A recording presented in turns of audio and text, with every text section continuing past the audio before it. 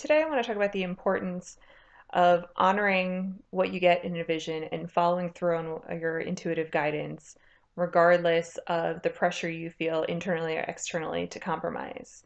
So in particular, talking about, being of service to clients and providing the services that you have been engaged to deliver. So oftentimes, whether it be that you're managing a team or you're a coach or you're leading a company, there are going to be times when you're going to ask your clients or those you're managing to do things that perhaps they're uncomfortable with, or things that are a little out of the ordinary, or something different, and you might get pushback. You might get pushback from the clients, from your employees, saying, why are we doing this? This is, the standard is to do it this way, or, I have this problem and I'd really like to, work on this right now. Why do we have to have such a, longer term plan, or why are we working on this first? And it may be that that really speaks to you because you're like, well, I'm kind of thinking the same thing.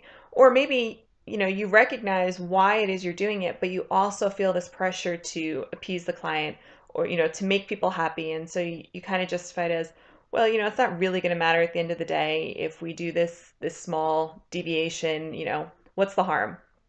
And the truth is that it's likely going to yield a compromised end result. And worst case scenario is it has, really damaging effects. And there are delays, there costs more time and money. You just don't know. It may damage your credibility because if things go really afoul, it's like, well, you were in charge, you were the coach, you were the manager, you're the leader. Why did you let this happen? You're supposed to be strong enough and confident enough to take on that feedback and then decide ultimately what direction you're going in. And if you choose to compromise and give in just because you want to make people happy, well, then you're not that strong of a leader. And you're certainly not honoring your intuitive guidance. So a lot of times we're going to feel pressure because intuition is going to take us into places that we haven't been before. And sometimes it's going to look different than we expected and that what others expected.